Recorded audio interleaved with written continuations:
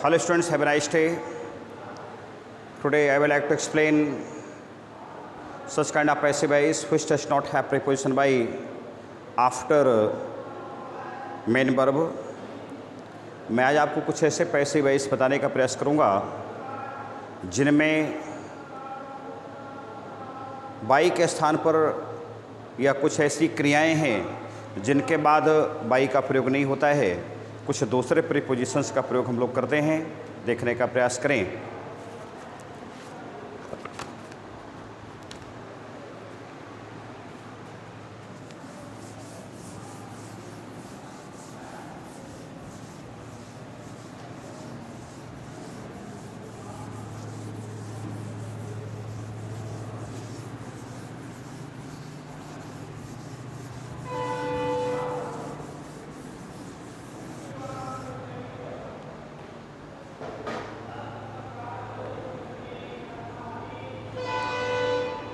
जैसे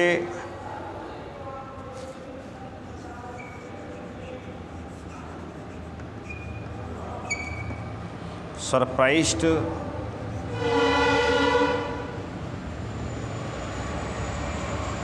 astonished,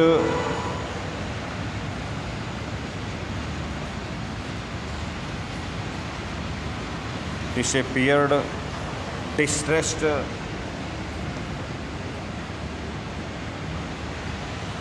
distressed, displeased,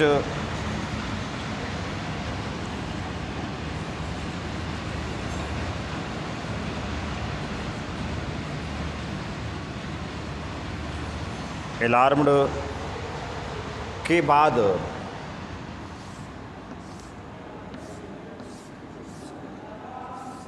इन सब के बाद एट का प्रयोग होता है।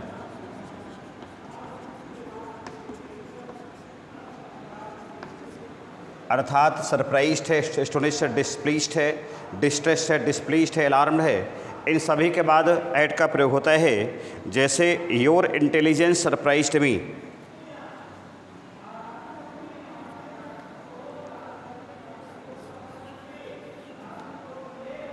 योर इंटेलिजेंस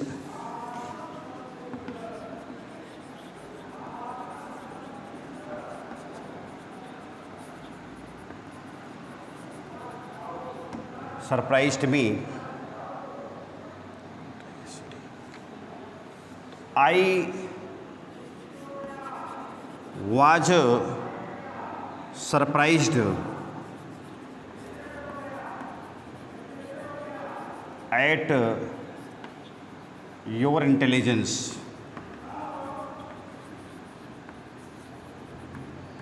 अर्थात यहाँ पर जो वाई का प्रयोग होना था उसके जगह उसने एट का प्रयोग किया है। नेक्स्ट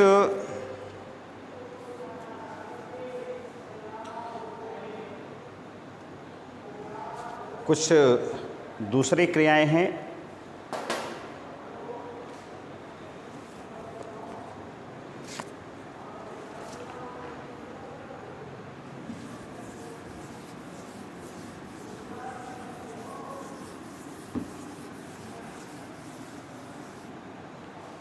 कुछ दूसरी क्रियाएं हैं जैसे नॉन तथा ओबलाइज्ड के बाद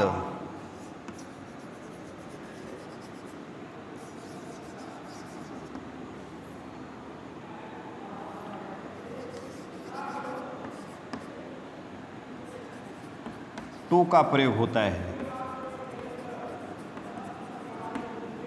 अर्थात नॉन और ओबलाइज्ड के बाद हम बाई का प्रयोग नहीं करेंगे। Everybody knows Gandhi ji,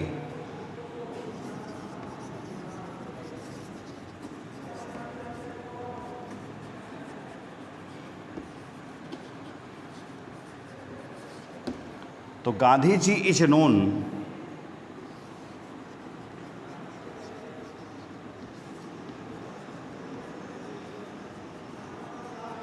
known to everybody.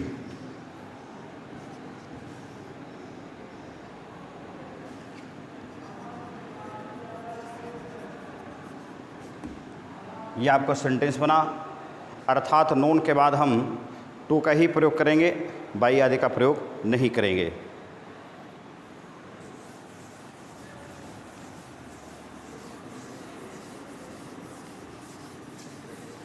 Next, कुछ ऐसी क्रियाएं हैं जैसे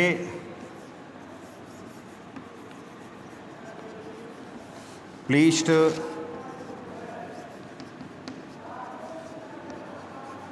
सेटिस्फाइड, डिसगस्टेड,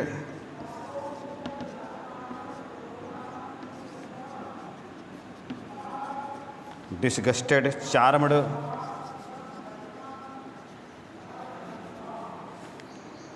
थ्रोंग्ड,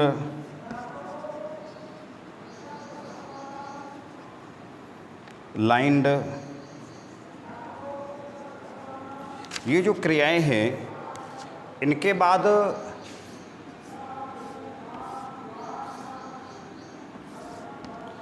बाद विथ का प्रयोग होता है।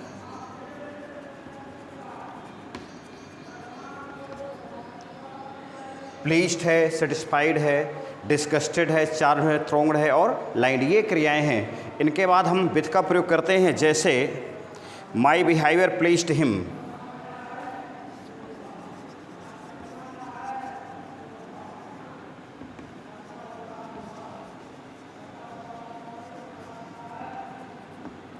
he was pleased,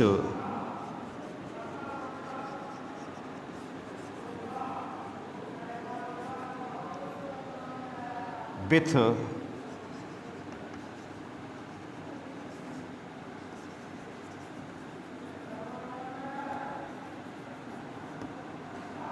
my behavior. Next,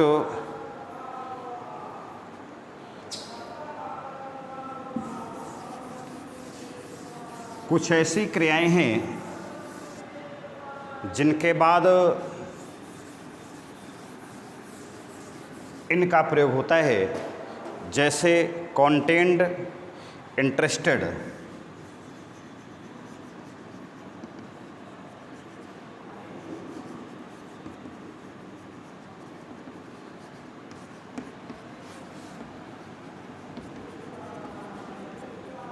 इनका प्रयोग होता है। जैसे this book interest me,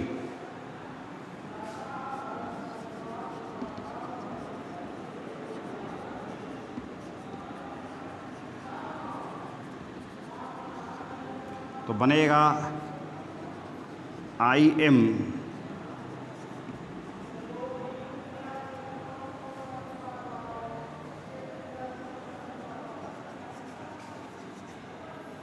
interested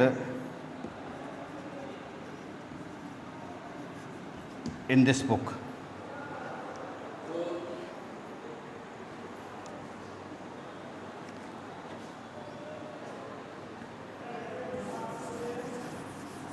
एक नोट लिखेंगे, कुछ ऐसी क्रियाएं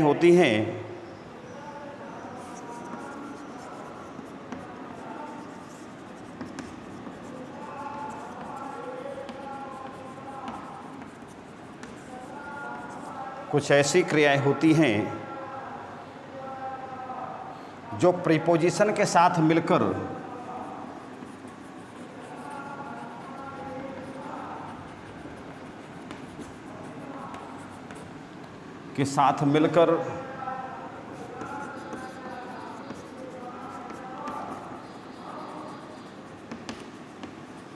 ट्रांजिटिव वर्ब का कार्य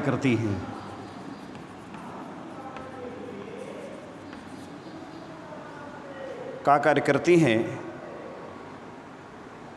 तो पैसिव में ट्रांसफॉर्म करते समय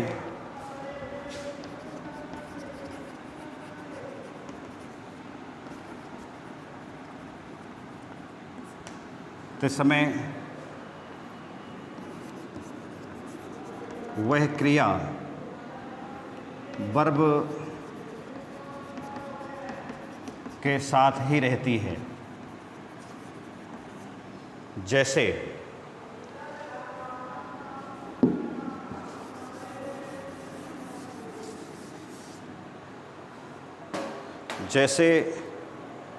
he looks after my children,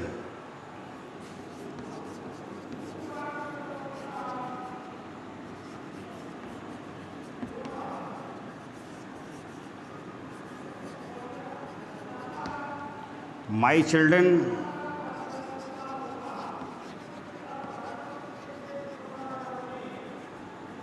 are looked after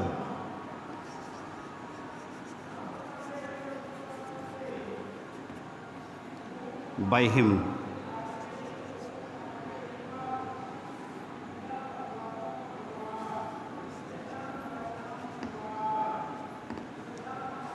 Next,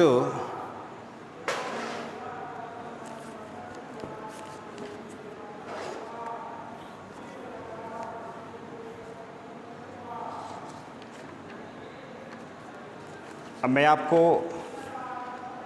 interrogative passive voice में लेके चलता हूँ।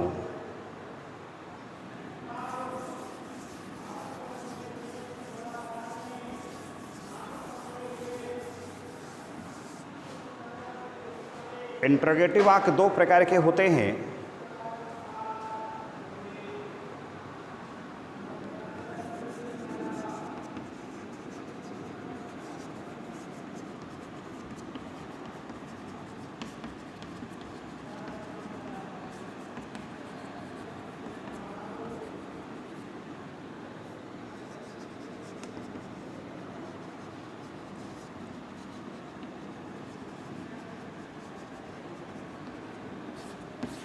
नंबर 1 का स्ट्रक्चर है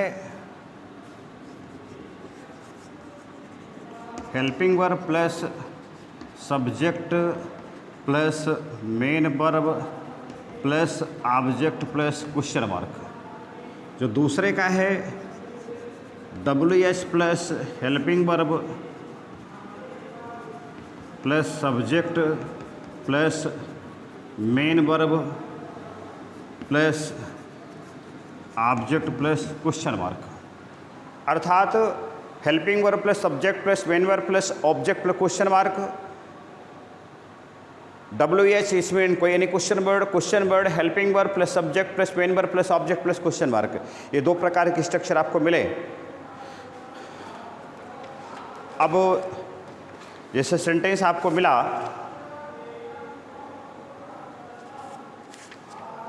सेंटेंस आपको मिला did he kill a lion.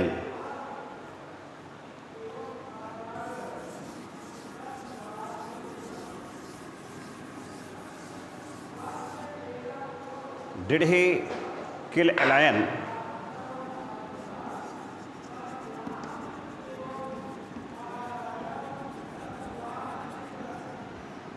तो इसके बराबर होता है वाज या वेयर। अब ये ए लाइन ट्रांसफर होके आएगा तो वाज आएगा कि वेयर आएगा, हमें स्वयं निर्णय ले रहा है। तो चूंकि लाइन सिंगुलर इसलिए आएगा was a lion killed by him, question mark लगेगा। अगर किसी WH से शुरू है तो उसकी स्थिति दूसरी होगी, why do you not complete your work study.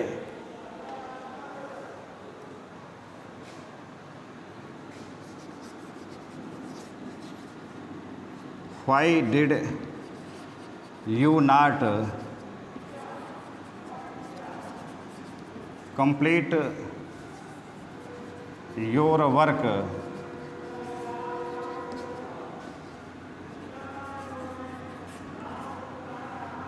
तो ऐसे वाक्यों को पैसिव में ट्रांसफॉर्म करते समय जो आपका क्वेश्चन वर्ड है ये अपने स्थान पर रहेगा, व्हाई यही रहेगा। ये डिड से पता चला वाज या वेयर है तो योर वर्क को ट्रांसफर करके लाएंगे तो सिंगुलर है तो व्हाई वाज योर वर्क। अब नॉट है तो नॉट आएगा, नॉट कंप्लीटेड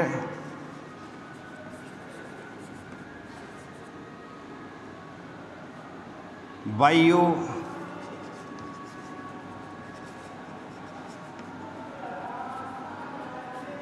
यस्टरडे। ये आपको कंप्लीट सेंटेंस बनेगा, why was your work not completed by you yesterday. Next, ऐसे इम्परेटिव वाक्य जो कि हु से शुरू हों तो उनको पैसिव में ट्रांसफॉर्म करते समय कैसे क्या प्रयोग करते हैं, क्योंकि हु एक इंट्रोगेटिव प्रोनाउन है, अर्थात it can be said that who can work या who works like a noun like a subject, and so यहाँ पर थोड़ा सा नियम विपरीत होगा, देखने का प्रयास करें।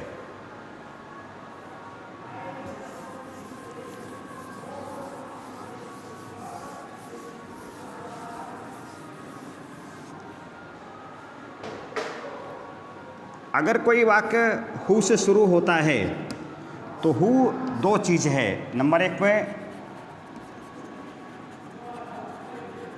क्वेश्चन वर्ड है, नंबर दो में इंट्रोगेटिव प्रोनाउन है। प्रोनाउन कह सकते हो या सब्जेक्ट कह सकते हो, नाउन है,